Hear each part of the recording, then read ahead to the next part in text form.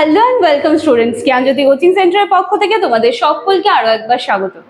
আমাদের আলোচনার বিষয় শুরু হয়েছিল শিক্ষা দর্শনের মধ্যে সম্পর্ক নিয়ে, যার মধ্যে শিক্ষার উপর দর্শনের প্রভাব নিয়ে আমরা আলোচনা শুরু করেছিলাম এবং অলরেডি 3টা পয়েন্ট কমপ্লিট করে ফেলেছি। ঠিক আছে, আজকে আমি 4 নাম্বার এবং 5 নাম্বার পয়েন্ট নিয়ে কিন্তু আলোচনা করব। ঠিক আছে, যেটার মধ্যে শৃঙ্খলা স্থাপন রয়েছে এবং শিক্ষকের ভূমিকা রয়েছে। এই দুটো পয়েন্ট নিয়ে কিন্তু আজকে আমাদের আলোচনার বিষয় বা আজকে আমাদের ক্লাস। আজকে ক্লাস বা আলোচনার বিষয়টা শুরু করার আগে আমি তোমাদের একটু বলে নিতে চাই, তোমরা যারা আমাদের জ্ঞানজ্যোতি কোচিং সেন্টারের সাথে যুক্ত হতে চাইছো বা আমাদের জ্ঞানজ্যোতি কোচিং সেন্টারের একটা পার্ট হতে চাইছো, তার জন্য কিন্তু তোমাদের সকলকে ওয়েলকাম। এবং আমাদের সাথে সরাসরি যুক্ত হতে গেলে তোমাদেরকে এখানে কর্নারে দেওয়া দুটি নাম্বারের মধ্যে যে কোনো একটি নাম্বারে কিন্তু যোগাযোগ করে নিতে হবে। এই নাম্বার দুটি হলো আমাদের জ্ঞানজ্যোতি কোচিং সেন্টারের অফিসিয়াল হেল্পলাইন নাম্বার। এই দুটি নাম্বারের মধ্যে যে কোনো একটি নাম্বারে কল করে তোমরা আমাদের সাথে কিন্তু যুক্ত হয়ে যেতে পারছো। এছাড়া তোমাদের কোর্স ফি নিয়ে বা তোমাদের সাবজেক্টস নিয়ে কিছু কনফিউশন থাকলেও কিন্তু তোমরা এই দুটি নাম্বারে কিন্তু কন্ট্যাক্ট করে নিতে পারো। কথা না বাড়িয়ে আমি আজকে আলোচনার বিষয়টা শুরু করছি। মেইন আমাদের কি ছিল যে শিক্ষার ওপর, যেই শিক্ষা তার উপরে দর্শন কি প্রভাব রাখে, এটা নিয়ে কিন্তু আমাদের আলোচনার বিষয় ছিল। তো তার মধ্যে আজকে আলোচনা করবো আমরা শৃঙ্খলা স্থাপন নিয়ে। ঠিক আছে, এবং আর তারপরে রয়েছে শিক্ষকের ভূমিকা। তো শৃঙ্খলা স্থাপন মানে কি, মানে ডিসিপ্লিন। দেখো, শিক্ষা যেটা আছে সেটা গ্রহণ করতে গেলে কিন্তু অবশ্যই একটা ডিসিপ্লিনের দরকার হয়।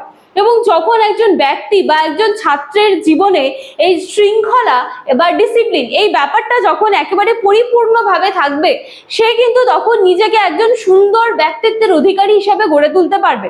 এবং এই শৃঙ্খলা শুধুমাত্র যে স্কুল জীবনেই আমরা দেখতে পাই সেটাও কিন্তু না, আমরা আমাদের এন্টায়ার লাইফে মানে জীবনটাকে অতিবাহিত করার জন্য কিন্তু আমরা সকলে সবসময় একটা ডিসিপ্লিন মেনটেন করে চলি। তো সেই রকমই এখানে শৃঙ্খলা স্থাপনের কথা কিন্তু বলা হয়েছে।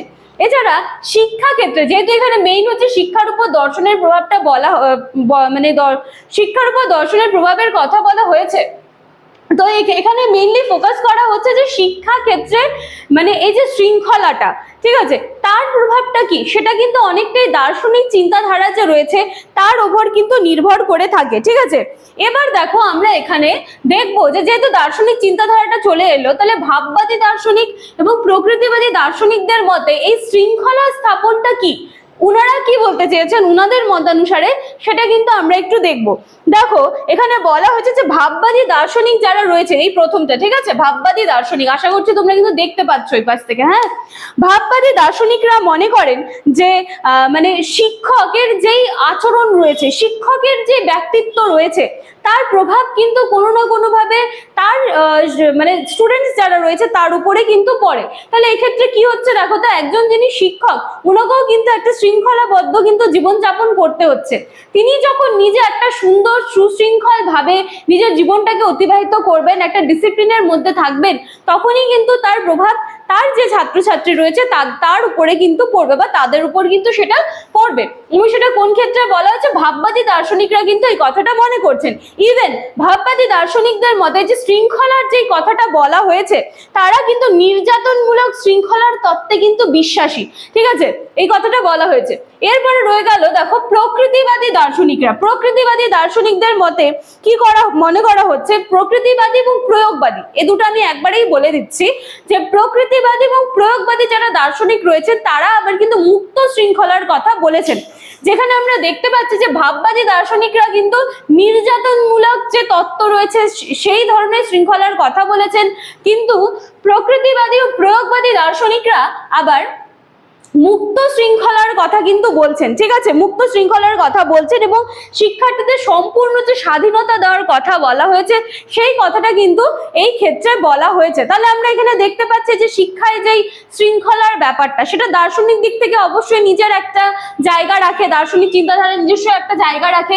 তো সেই সূত্রে আমরা দেখলাম যে ভাববাদী দার্শনিক এবং প্রকৃতিবাদী দার্শনিক দুজনের কিন্তু আলাদা আলাদা মতবাদ আমরা দেখতে পেলাম।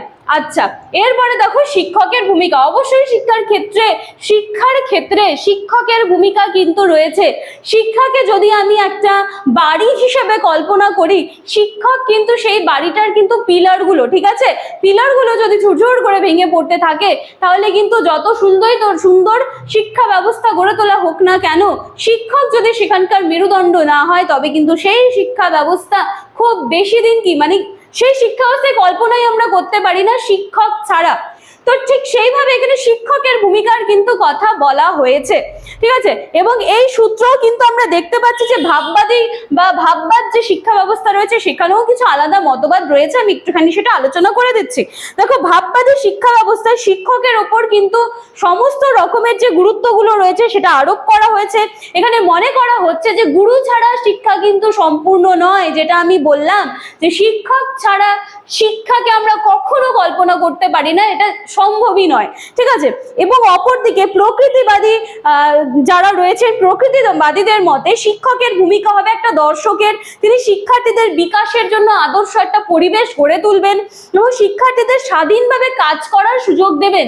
এবং শিক্ষার্থীরা যখন সেই সুন্দর একটা ফ্রি একটা পরিবেশ পাবে, তখন তাদের দ্বারা করা যে সুন্দর অ্যাক্টিভিটি গুলো সেইগুলো কিন্তু শিক্ষকরা খুব সুন্দরভাবে সেটাকে দেখবেন, পর্যবেক্ষণ করবেন, মানে সেটাকে কিন্তু দর্শক হিসেবে কিন্তু সেটাকে দেখবেন। এবং প্রয়োগবাদীদের মধ্যে শিক্ষায় বলা হয়েছে শিক্ষকের ভূমিকা কিন্তু গৌণ, তিনি পরোক্ষভাবে শিক্ষার্থীকে শিখনের ব্যাপারে উৎসাহিত করবেন। তাহলে আমরা কিন্তু তিন রকমের যে মতামত দেখলাম বা তিন রকমের যে কি বলবো যে ভাবধারা কিন্তু আমরা দেখতে পেলাম এক্ষেত্রে, ঠিক আছে। তাহলে শিক্ষকের ভূমিকা এবং শৃঙ্খলা স্থাপন এই দুটো নিয়েই কিন্তু আজকে তোমাদের ক্লাসটা ছিল। ক্লাসটা খুব সুন্দরভাবে দেখবে, ভীষণ ইজি একটা টপিক নিয়ে কিন্তু আমরা আলোচনার বিষয়টা শুরু করেছি। একটু ভালো করে দেখলেই পুরো ব্যাপারটা কিন্তু তোমাদের ক্লিয়ার হয়ে যাবে। তো চলো, আজকের ক্লাসটা এখানেই থাকছে। ক্লাসটি ভালো লাগলে লাইক, কমেন্ট, শেয়ার, সাবস্ক্রাইব করতে কিন্তু ভুলবে না। নিজেরা দেখবে এবং তোমাদের নিজেদের ফ্রেন্ড সার্কেলে যাদের এডুকেশনটা রয়েছে তাদের যদি দরকার হয় তাদের কাছেও ভিডিওটা একটু শেয়ার করে দিও, তারাও উপকৃত হবে। চলো, আজকের ভিডিওটা এখানেই থাকছে। পরের দিনে কিন্তু আমরা এটা একটা লাস্ট পয়েন্ট আছে পাঠ্য বই, ঠিক আছে, সেটা নিয়ে কিন্তু আমাদের একটা মানে ক্লাস পেয়ে যাবে পরের দিনের ক্লাসে। তো আজকের ভিডিও বা আজকের ক্লাস আমি এখানেই শেষ করছি। দেখা হচ্ছে পরবর্তী দিনের ক্লাসে। Thank you.